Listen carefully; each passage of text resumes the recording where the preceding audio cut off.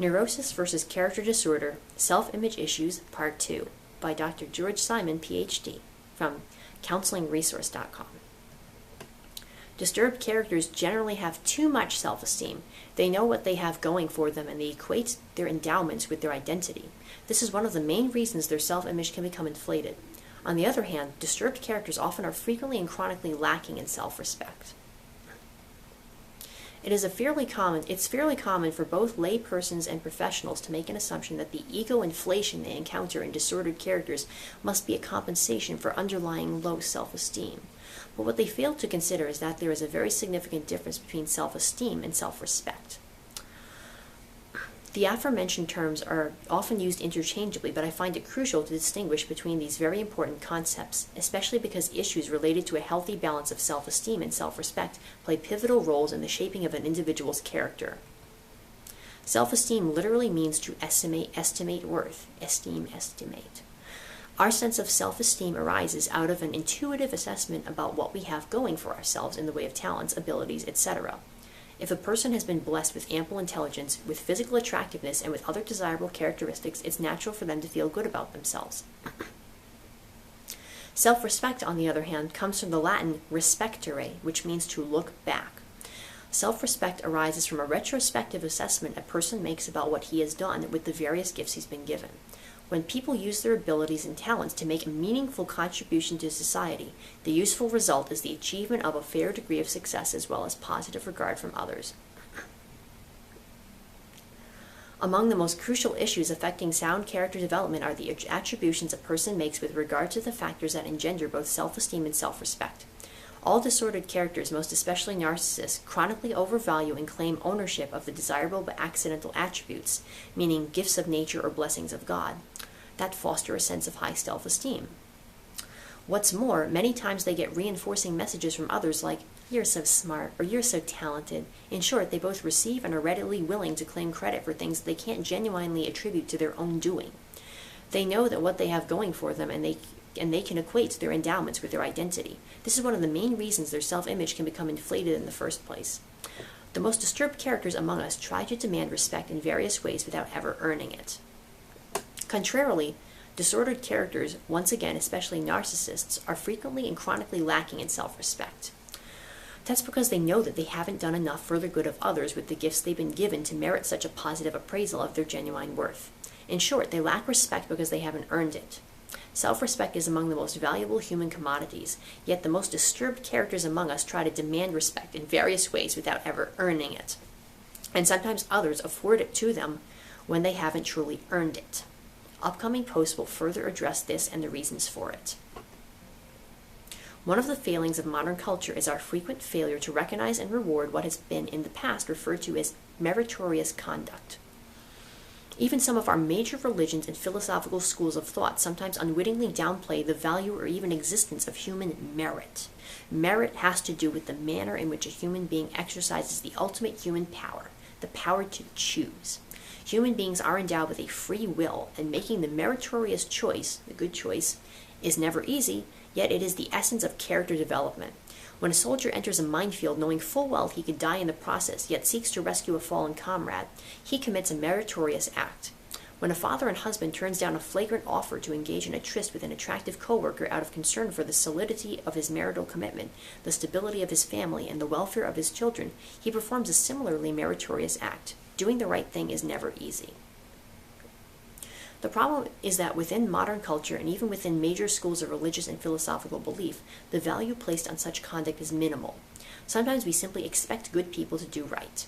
Teachers and parents rarely catch and reward children for making the right choices, but we're quick to chastise when they choose wrongly.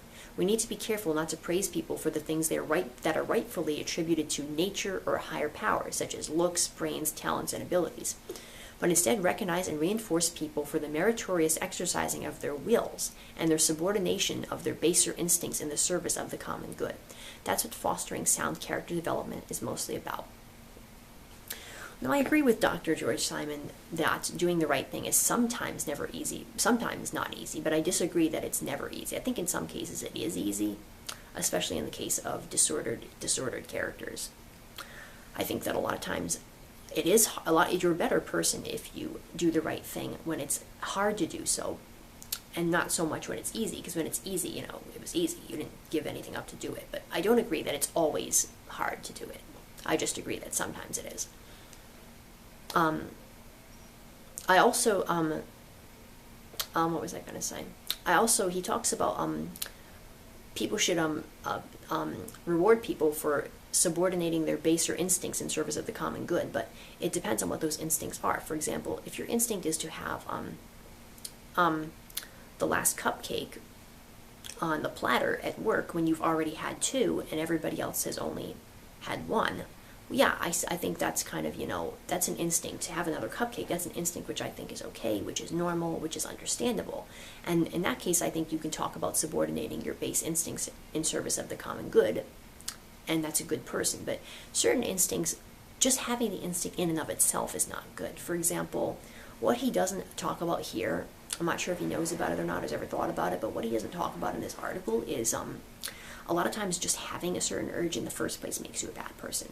Like, if the reason you don't rape someone is because you control your urges, well, you're already a bad person, I think. The fact that you want to rape somebody, the fact that you want to equate sex with violence and domination, and the fact that you fetishize being on top, I think, for example, that would be a good example he could put in which just having the instinct in the first place is bad, not merely failing to subordinate the instinct. And sometimes I think a lot of the problem is not just that we don't subordinate our instincts to the common good, but we have the wrong instincts in the first place. That's kind of the point I'm trying to make. A lot of times just having these instincts is product of an unhealthy character. For example, raping someone, you know, stealing not so much, because although stealing hurts somebody, you don't have to be sick to I mean, if you have something really awesome and I want that, I'm not sick for wanting what you have. But I would be sick for wanting to rape you, break your arm, kill your children. You know, that would be something which you'd have to be an asshole to even just want to do that. But you wouldn't have to be an asshole, for example, to simply want, like, the cupcake or want maybe your wallet. That at least is something with which the wallet is something that's a positive thing, whereas the rape is not a positive thing. And I think that that's something that a lot of psychologists and people in general tend to they don't distinguish that. But I like the way he talks about a lot of religions and philosophies nowadays. I love the way he uses the word modern too, because that's exactly what I'm feeling. It's like, oh my God, somebody hears me. Because I noticed a lot of new age, like, you know, sort of the people you might have on the Oprah show, like, I don't know, maybe Wayne Dyer and people like that. A lot of those people seem compassionate, but a lot of times their advice, whether they know it or not, is very uncompassionate, and they do not reward merit. In fact, sometimes in some religions they don't even think it exists. For example, they don't think there's such a thing as right or wrong. Everything's a relative, and nothing's as it seems, and there's no it's all point of view. Of course, until you piss them off, then, oh, you were wrong and they were right. But no, when it comes to you, and if something bad happens to you, oh, then nothing's right or wrong, and you have to stop being upset. It gets really victim blamey. So I like the fact that he mentioned in this article about modern religions and philosophies being, like, sort of amoral and not rewarding people for doing the right thing, or not putting emphasis on doing the right thing. And I hate to say it, but a lot of the left-wing pagan, sort of the witch crowd, is into this too, and I don't think that's really what witchcraft is about, true witchcraft. Like, I'm somebody, I like to respect both Christianity and those sorts of religions and paganism and those sorts of religions, and I don't want to shit on either one of them, but for whatever reason I've experienced more pagans and left-wingers being morally relative than I have Christians. I'm not sure if this is because of the actual nature of the religions or not.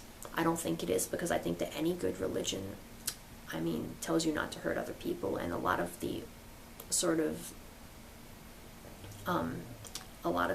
magical and witch practices do say things like, do what you want as long as you don't hurt anybody, which I think is pretty good.